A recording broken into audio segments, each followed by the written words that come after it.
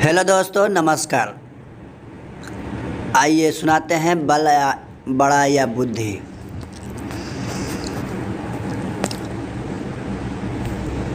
एक हरे भरे वन में नदी किनारे हथनी का एक समूह रहता था, जिसका मुखिया चतुर नामक हाथी था। वर्षों से वह समूह उस वन में सुखमय जीवन व्यतीत करता था, लेकिन एक समय वन काल की चपेट में आ गया। नदी का जल सूख गया, वन की हरियालियाँ चली गई और हथनी भूख प्यास से मरने लगे।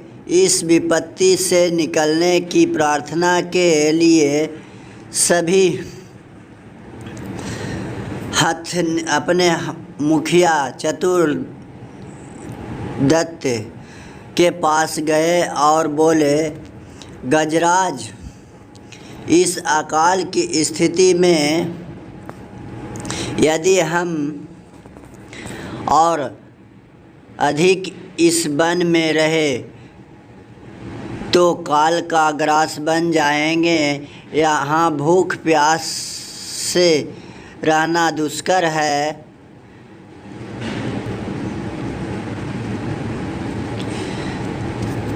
कृपया कर किसी अन्य स्थान की खोज करें जहाँ जल स्रोत और हरियाली हो।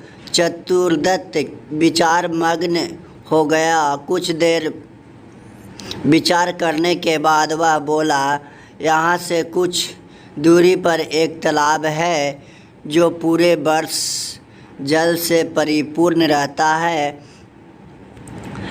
हमें वहीं चलना चाहिए।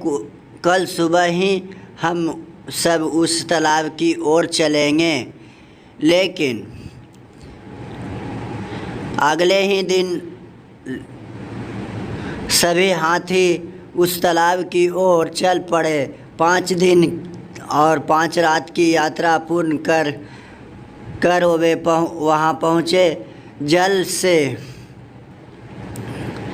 से पूर्ण तालाब को देख वे बहुत प्रसन्न हुए और दिन भर वहाँ कीड़ा करते रहे। संध्या होने पर वे बाहर निकले और वन में चले गए। तालाब के किनारे खरगोशों की बस्ती थी, जिसमें उनके बहुत सारे बिल थे, लेकिन हथनी इससे अनभिज्ञ थे। अतः वे खरगोश के बिल को रौंदते हुए निकल गए। खरगोश के बिल तहस नहस हो गए। कई खरगोश घायल हुए और कई मारे गए। हथनियों के जाने के बाद सभी खरगोश एक चित्त हुए और स्वयं पर आए इस संकट के विषय में चर्चा करने लगे।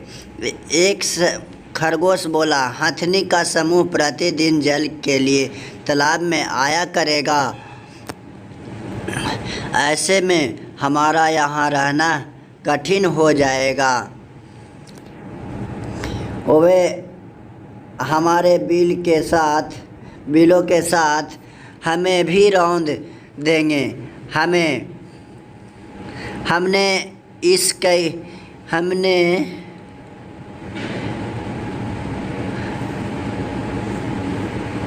हम में से कोई भी नहीं बच पाएगा। हमारा वंश समाप्त हो जाएगा। फिर एक अन्य खरगोश बोला, जीवन है तो सब सर्वस्व है। जीवन रक्षा के लिए जो भी संभव हो हमें करना चाहिए।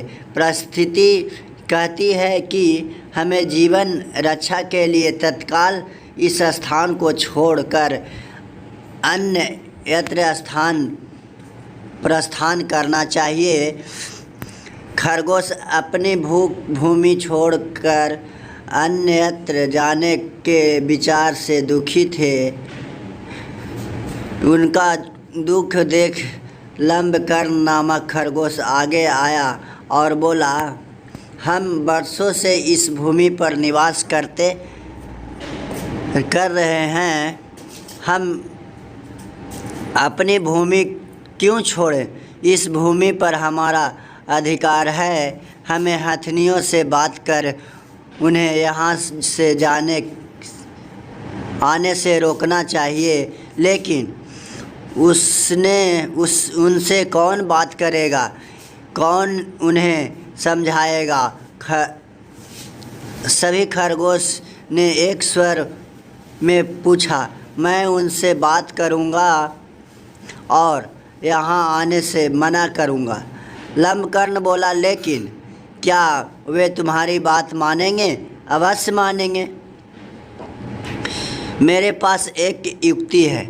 मैं उनसे कहूँगा कि ये तालाब चंद्रमा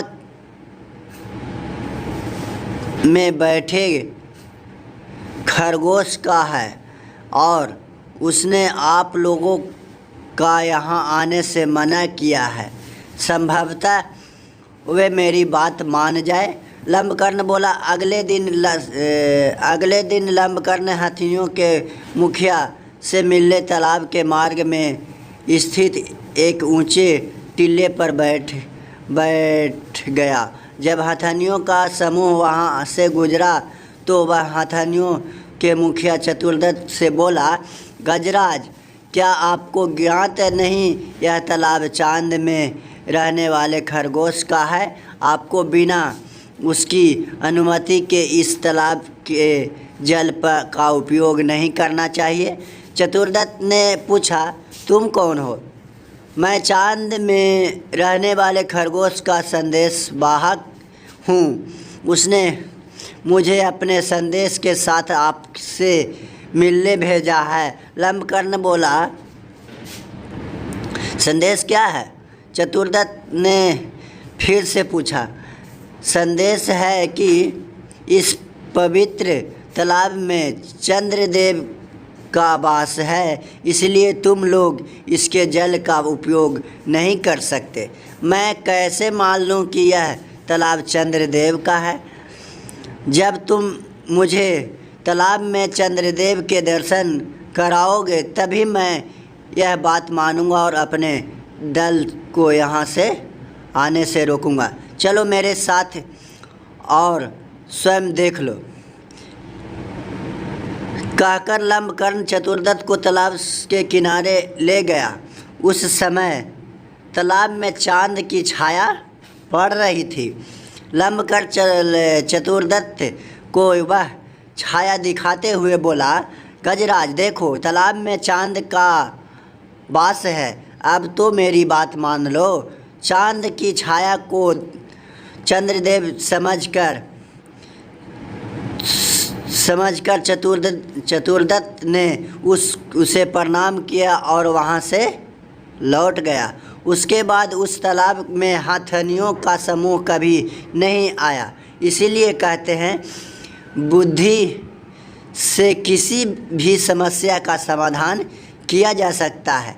आशा करता हूँ कि आप लोग को यह कहानी समझ आ गया होगा। अगर कहानी अच्छी लगे तो चैनल को लाइक और सब्सक्राइब कीजिएगा दोस्तों। Support me. Thank you for watch me. Thank you.